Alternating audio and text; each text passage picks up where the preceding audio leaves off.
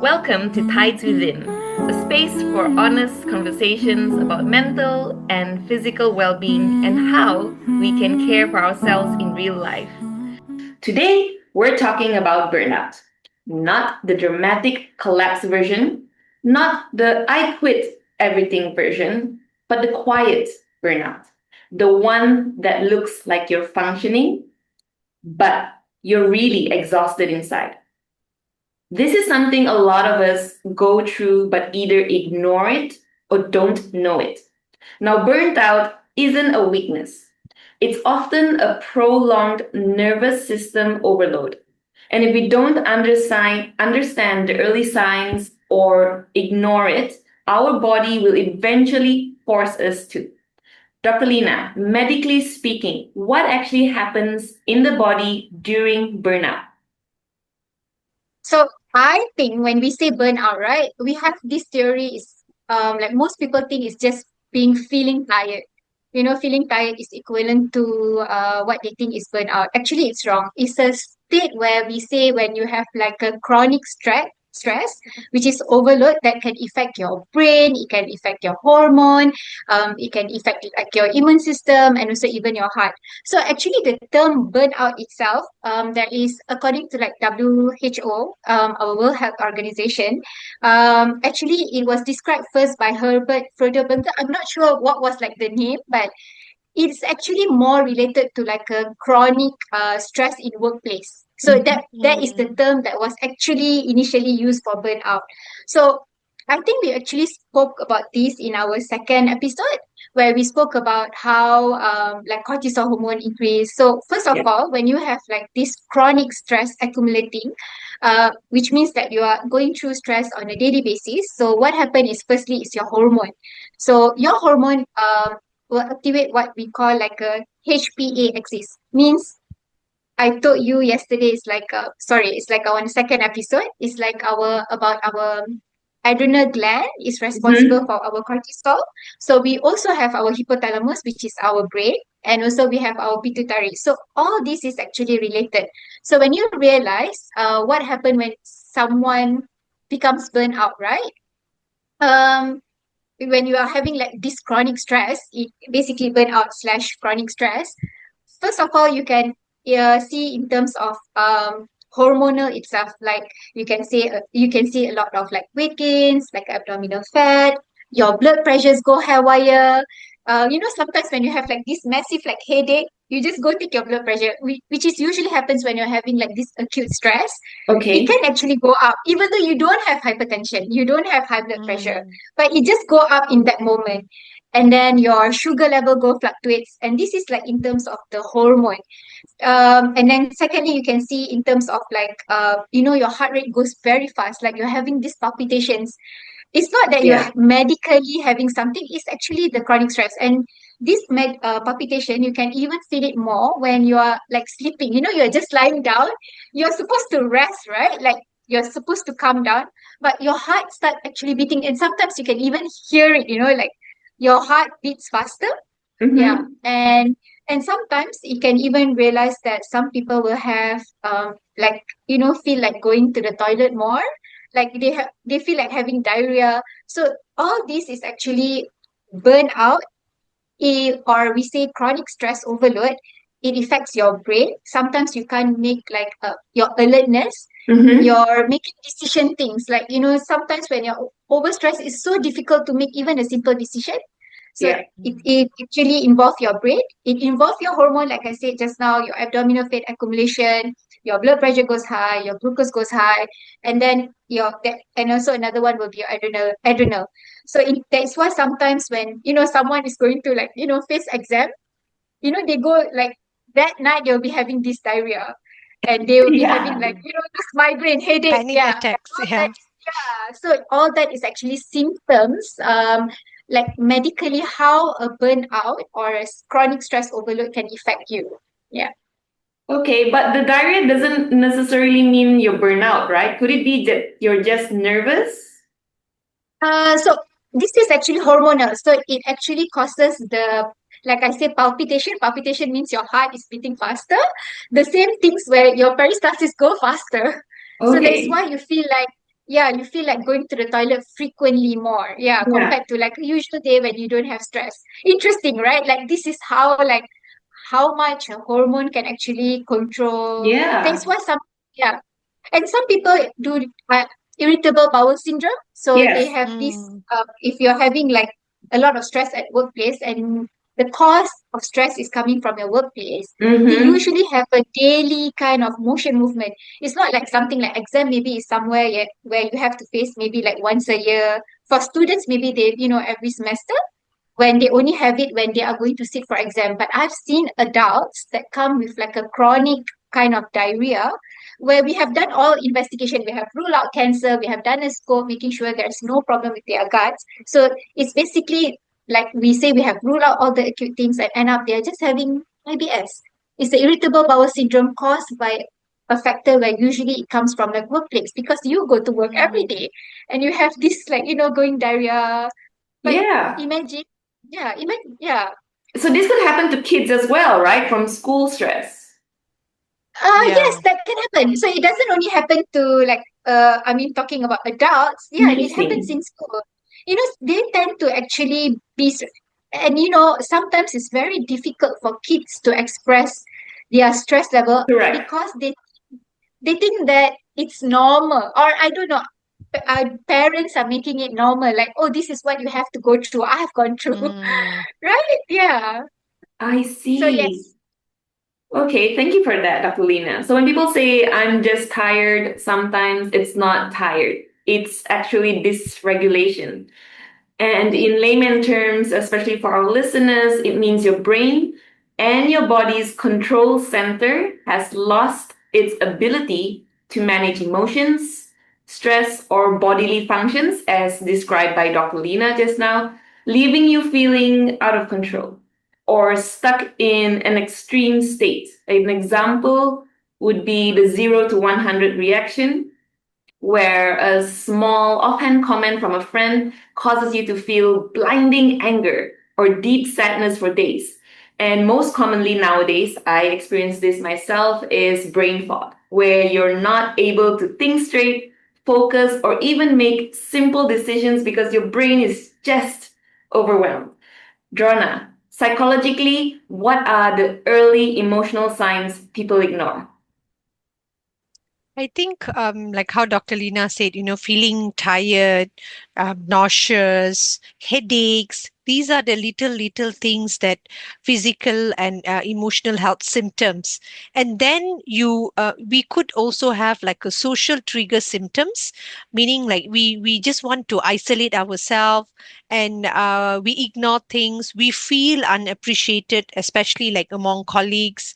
And I think also quite commonly that we are very hard on ourselves, Mm-hmm. that Yes. we feel bad about, not performing, not doing the best. We feel guilty for not being as productive as we used to be. So what is going to happen here is constantly when there's such thoughts, and of course it becomes extreme. And as we know, mental health is a spectrum, right? Mm-hmm. From mild, moderate, and then it becomes severe.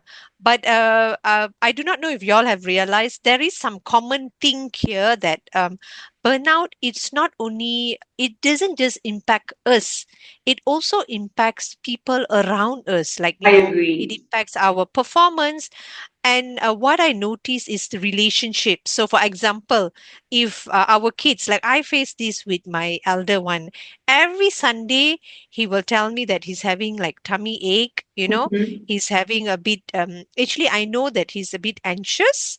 Then Mm-hmm. next day, there's like he needs to face the school because he's a Yeah. prefect. And also, what I can help him. Sometimes I'm so helpless, but what I do, I said, okay, why not take a deep breath? So then when I'm dropping him to school, he will be like, okay, can you just wait outside for 5 minutes? I just want Mm-hmm. to take a deep breath. So how many of us, like as parents, we have that patience to sit in with our kids? So when he was doing that, I felt that it was a reflection of myself. Mm-hmm. When I am undergoing some kind of stress, it could be some illnesses that I'm facing, like it could just be a simple flu. Then Yeah. I feel like, okay, I definitely have a lower quality of work. It could be due to the side effect of the medication that I have taken. Yeah. But my focus here is always the decision making skills and, problem solving. I have Mm-hmm. an issue. Yes. What do I do? So I feel when we can look at things positively, like from a negative situation, what is the good thing that is teaching us? Somehow we get to come out of this. But I know it's not so easy that, especially I think the physical and emotional health symptoms is manageable, the social trigger symptoms manageable. But Mm-hmm. when we are hard on ourselves, that we feel bad, we feel guilty. I think that is something that needs constant a work lah. Yeah. So being hard You on know, ourselves is like over functioning or perfectionism. Would you say that? I think we have over these years we have glorified perfectionism as well. Mm-hmm. We feel that our work has to be perfect. We need to be perfect, whatever that we are. As a mother, as an individual, as a trainer, for me, the role that I play. But I guess over the years, I've realized that that is one of my cause of stress. So Mm-hmm. I'm like, it's okay if I'm not the perfect mom. So I always tell this to my boys as well. I'll be like, I'm so sorry that I'm a imperfectly perfect mom, you know so they just just like how you did, they just laugh it out and they'll be like, it's Mm-hmm. okay ma, I will help you, let me help you to get my bottle, let me help you to get this. So Yeah. I think this burnout, it's due to like how Dr. Lina said, it starts from the workplace culture. So the only way to overcome in a way is that I always tell to my clients, you are not a tree. Yes, you need to be grounded, you need to be deeply rooted, but you can move out of that toxic work culture or toxic place. When you come out of it, then I think you get like a breather that okay, Mm-hmm. I this is a new environment and let's start fresh. I don't know about you ladies, but this is something that I personally Yeah. feel like, when people are also being so stressed in relationships. So I usually just take a step back and then I'll come back because Yeah. I'm not going to be there to argue Mm-hmm. until the cows come back and to Yeah. prove my point. I feel that this person has lost their functionality as an individual for that moment of time. So I just take a step back and then I come back stronger. Yeah. And I've And noticed maybe this a lot. Sorry, Dr. Lina? oh no, it's okay. Yeah, continue. Yeah. I I'm not. wanted to add on drone. I Mm-hmm. wanted to add on Drona. So I wanted to relate. There was a good point that you say where actually I do realize that people also do pick up our own energy. So for example, Yes. Yes. me, okay, for example, like as a mom, so last year when I was sitting for an exam, an important exam, I was actually very determined, very focused that I need to pass the exam. So I was like, I was also having like this anxiety, whether can I pass the exam because everybody was telling the exam is very Yeah. difficult. I'm already going in that mindset, and every time started studying, it makes me harder for me to study because I've already like having this anxiety, but Mm-hmm. that energy that I have, so I did like a schedule to myself, like, oh, I have to finish studying this by this hour. And at the same time, I was also taking care of my daughter. So sometimes I realize in the morning I tend to rush her a lot. Like, can you like eat Mm. faster? Can you eat your breakfast faster? We need to go to school now. I tend to push her without me realizing. And my anxiety level went to her. So, sometimes simple things. Usually she wears her socks by herself, but it's just that because I'm always pushing and rushing her, she tend to like, oh, I forgot my socks. Simple things, but it put Yeah. similar things I also do realize where when you are under stress, maybe as a leader in an office or maybe you are just the boss, when you yourself are putting an anxiety or putting a lot of stress to yourself, it is actually mirrored to your, people who's working around you. Yeah. They tend to actually get the vibe, it's like the energy which is transferring, Yeah, I so feel so Yeah. bad for my daughter. She goes through this a lot. Now that you guys are saying it. yeah, so I do agree. Our energy. So once like I gone through that, uh, I did realize when I look back, where was my mistake? So I actually, Mm-hmm. when I come down, she comes down. We had like a good Yes. morning start. She knows like, okay, mommy is going to study. She needs her time. So I need to help her because so what I did was I sat down with her and I explained, mommy have exam, an important exam. Yeah. So I need you to help me. So she knows, and she knows that I'm going through this. And she rarely disturbs me, and almost everything she does by herself. It's like I Mm-hmm. feel, oh, she's so grown up. Yeah, it works. Yeah. So it's a thing Right. where energy actually goes around. Yeah, it does. It does. And the thing is, like you said just now, I think leaders and bosses, they normalize this, right? These high functioning people, they normalize it and they don't realize Mm. it, or they just ignore it, right? So for those of you who are watching or listening, I want you to look at it this way. What if the real strength was actually recognizing the early signals? So this is something for our listeners to think about. So let's talk about the nervous system and why this is no longer just mindset. Dr. Lina, can you briefly explain the fight or flight versus rest and digest? Okay, that's interesting. So I think even on the second episode, we did say about flight and fight. So Mm-hmm. flight, fly, or and fight.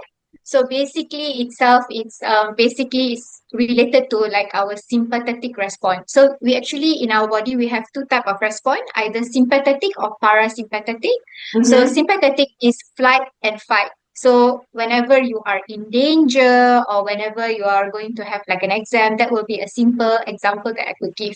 So means Okay. you feel like you need to fight when you're in danger. So what happened is immediately you can see that your heart rate increases. Like Mm-hmm. example, when you sense like there's a danger, like when you see like a dog, your heart rate raises, your breathing increases, your muscle tighten. It's like your muscle is ready to run.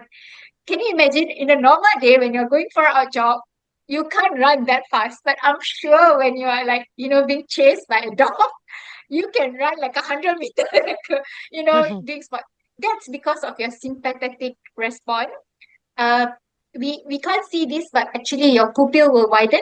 Mm-hmm. So when you're having this sympathetic and also your digestion, so digestion goes faster. So that is why usually after like some anger or things like when you have like fear, usually like or even exams, like I said, you go to have your bowel motion goes more faster compared to usual. So that is flight and fight response, which is who is responsible will be your sympathetic response. So everything goes high up. Or and then opposite thing will be your parasympathetic, which is rest and digest. So when we say about rest, so everything will be opposite. So means your heart rate will come down, your breathing comes down, your muscle relaxes, your pupil will constrict. It's not constrict, but it goes back to normal. So Mm-hmm. it is. I would say it's almost like a car. So when you are actually putting on the pedal, like you press, just Yeah. want to go faster, that will be your sympathetic response. When you are continuously going on a speed, at one point your engine will get overheat. Yeah. So I will Mm. put that as you when you're overburn. That is why initially it will all start off with your heart rate going high and everything, but till when your body can hold on that. Yeah. That's where you become like I said, simple things becomes very hard for you to make decisions that you go brain Mm-hmm. fog. And to be honest, I've also like more and more people and younger people who are coming because of heart attack. Maybe they don't have a Mm. background of hypertension or Mm. even diabetes. They don't have like those disease, but they come with a heart attack. And we can also see younger and younger people are getting cancers too. Like this is Mm. all Cancer. related that what? Yeah, Yeah, cancers. If you I realize read that, the news article yeah, as well. Yeah. so it is related to actually the amount of stress. So at the end of the day, you can be eating as healthy as you like. I'm already eating enough fiber. I'm already like Mm. using very less. I'm already using less oil. I'm already reducing my carbs. I'm already cutting down all the simple carbs, and I'm eating prioritizing protein, and I've been exercising. But the one thing that we always forget, like I think Drona mentioned in our second episode, is relax. We never, Yeah. I know I'm saying something even myself have to learn. I'm sure three of us have to learn here. Like we talk about it, but it is something very difficult and something that I think we tend to ignore. Yeah. And coming back, why we ignore is because we are the one like putting all the pressure. We want to be perfect, we want to overperform sometimes. So all these thing actually relates, like it comes back to your physical symptom. It shows initially like this will be the initial symptom, but when it's accumulated at one point, it will cause diseases, like a real disease in ourselves, Mm-hmm. whether it's cancer, whether it's heart attack, or Correct. yeah.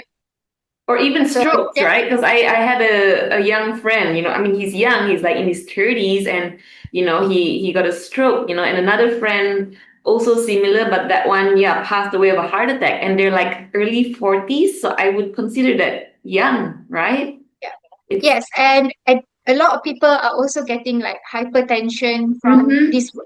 this stress that which is not being managed well. Yeah, and Interesting. Yeah. hypertension at the end, leads to another disease, either stroke or they end up having heart Yeah. attacks. Yeah, I think this and would we are be a seeing this topic for more. another day where we digest into why is it that the younger generation are having all this versus the older generation, right? What causes that stress? So I think this would be a good topic for our next one. I'm excited about that. Do some research, Dr. Lina. So Yeah, it's coming a back good to the topic. I'll topic, agree on that. sorry? It's a good topic. Like, Yeah. I think we should know, like, because I do know that most of the people outside there already trying to, live healthily. It's just that, Yeah. yeah, it's certain small things that we are overlooking it. Like we don't see the relax part, the breathing part, the sleeping part. Yeah. Correct. And I would blame gadgets. I seriously blame gadgets. No, I would not blame technology. I would not blame anyone, but I would blame myself. Like when we don't, when we allow the gadgets to violate our boundaries, then it is going to cause our health. Like for example, like when we set boundaries, right? Remember in the previous episodes we shared about work life balance, we shared Mm-hmm. about boundaries. So burnout, one of the strategies could also be setting boundaries. But for example, you would have told your manager that or your colleague that you would only work on the project, like whatever project that they're working on, during the day, Mm-hmm. but you might be working on it 24/7. So what's happening here is we are ignoring our uh, Boundary. external boundaries that Yeah. we have set. Okay, my boundary is I don't do this after office hours, 9 to 5. But when you still tend to do it, means you're ignoring your own external Mm-hmm. boundaries. And then when you told yourself that you would not work on that project before bed, but you did it anyway. So what's happening here? You are Mm-hmm. ignoring your internal boundaries. Mm-hmm. And then, I think in organizations as well, I think in Malaysia, there's this new rule that, after 6, there's no WhatsApp and all. But still, your colleague is going to email you at night, Mm-hmm. even though we would prefer that she didn't, right? Yeah. So others are also violating our boundaries. So what we do there? How do we protect our time and then focus on going forward? These are the things that we would need to sit and write down and set.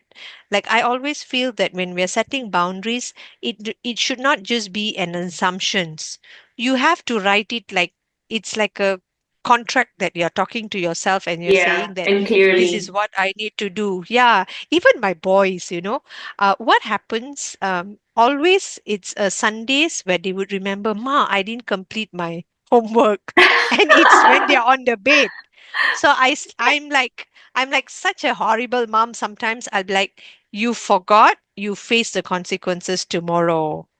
So then I was constantly, like I said, I want to be the perfect mom to protect my kids all the time. Mm-hmm. I do not Mm-hmm. want the teacher to scold them.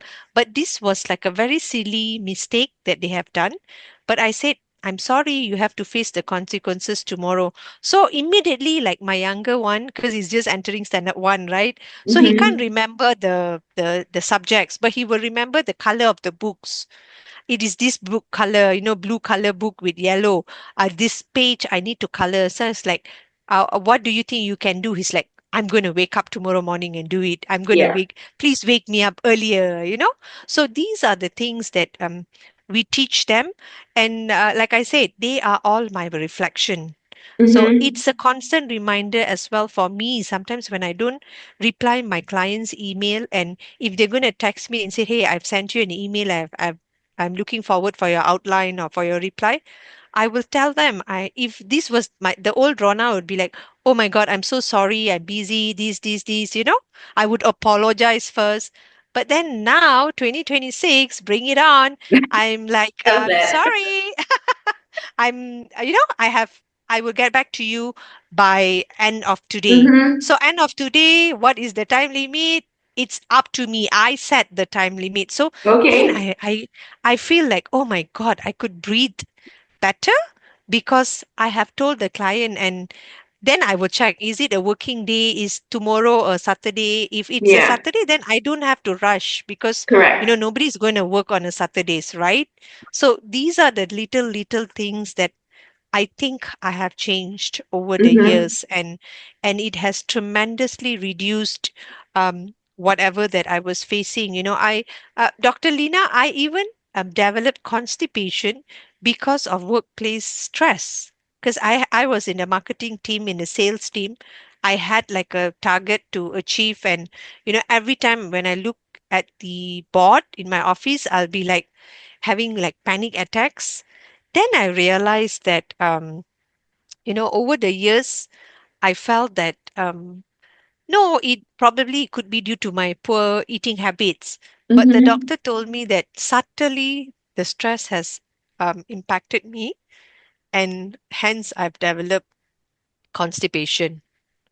So again, these are the little things that we would think that, oh, it's just an illness and we will just brush it Yeah. off. But we don't realize we can't find out what is the trigger, where is it coming from. I think it requires a superpower to actually identify where is this coming from. Mm-hmm. Not all stress is bad. Like, exam stress is good. It pushes us to study more and, to focus Yeah, better. So but because that's we the want to hit, yeah, we do not want to fail. We really want to get it done. This is the best that I want to do. Mm-hmm. But I think in organizations also, not all stress are bad. Sometimes when you have a difficult leader, that pushes you to become a more efficient leader yourself. Correct. Yeah. So, yeah, I think that reframing is also important. Mm-hmm. That, okay, what is this trying to teach me? How Yeah. am I going to do it better? Yeah. So let's talk about preventions as we close. Dr. Lina, what are two things that we can identify burnout in our bodies?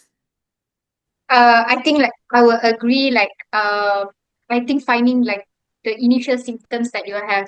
I would like to just add on also like I think we have spoke about this, but we just touched about it. Like I think Michelle, you were saying about gadgets. So Mm-hmm. I think one of the things that right now the mistakes that we're doing is looking at the gadgets when it's actually time to sleep, where you're on your bed, you're supposed to rest when Yes. your muscles are all relaxed, Yes. you're supposed to calm down. But what happens is you're looking at your gadget.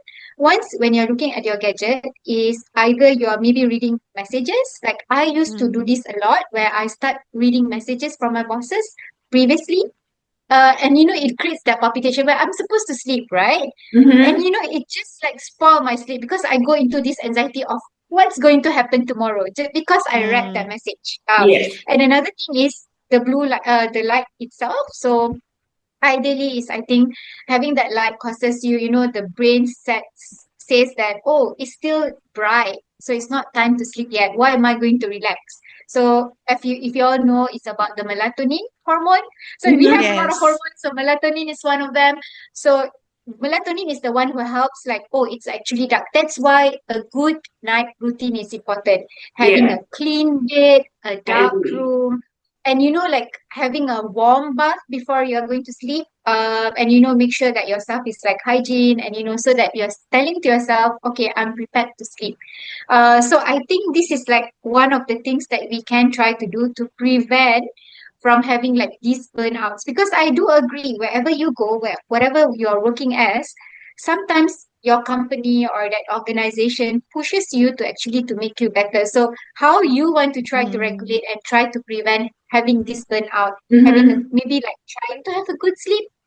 I would say mm. having Yeah, a nice that is nap. no negotiation for me. I turn off my data at 8:30 every night. So whatever messages comes in, I just reply the next morning after I've done my own rituals. So when I'm ready to take on the world, then I check my messages. So yeah. Yeah, and interestingly, I shared this in one of my training, and one lady she told me, "Drona, you run your own business, so you have the luxury of doing so, but we Mm-hmm. don't. We work for people." So I feel that good self care is important, like all these rituals, Yes, and I think over time that we also need to have a very strong sense of self, meaning your self esteem, correct. the self awareness. And I think interestingly, Dr. Lina, yesterday I read through an article as well that suggested to have lake wash like with warm water. But they suggested preferably not with the cold water because it makes you more alert before your bedtime. And they said don't just go and sleep immediately. Try to Mm-hmm. wipe it with a hot towel or with a warm towel, in order for you to get a good night's sleep. I think it was a very good reminder for me because I used to sleep with socks on. I feel that that gives me a lot of comfort, a lot of Yeah. warmness, and I realized that over these past few months, because I'm just too tired, I just within minutes I just doze off. Mm-hmm. But of course, it's a blessing in disguise. But I realized that that ritual that I used to do, like, moisturize my leg and then put the socks on. This one I learned from my grandmother, because she lives in Camerons, right? So it's very cold, right? So these are Yeah. the common things she does. When she comes down to the lowland, also, she does it. So, and I feel that, it makes me feel so grounded and like, that warmness that I know my self-worth. So, I love my leg and I want to take good care of my nails.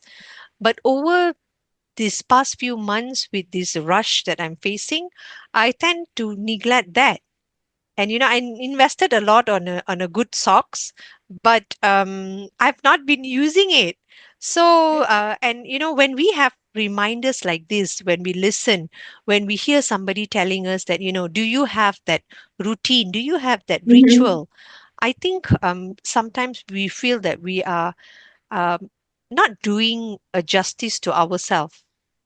We are constantly on a rat race, but we don't look after ourselves. At the end of the day, our health is our wealth.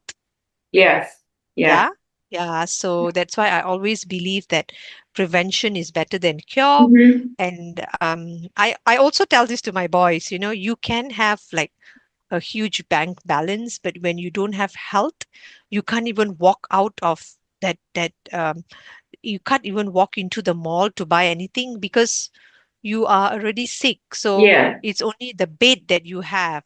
Correct. And I like Yeah. to tell So my friends this as well. It's not about your bank balance. Like, how are you going to enjoy it? You have so much money, but you're not healthy, right? yes, All yes. right. So our key takeaway for today should be this: that burnout is not a character flaw. It is a signal. Listen to your body, as we always tell you guys out there. The earlier we listen, the less drastic the consequences. Dr. Lina has highlighted that it is already apparent out there. Younger people are calling in sick with cancers and whatnot. So please listen to your body and ask yourself this: where am I pushing through when I should be pausing? Thank you for listening to us today. This is The Tides Within, where awareness becomes action.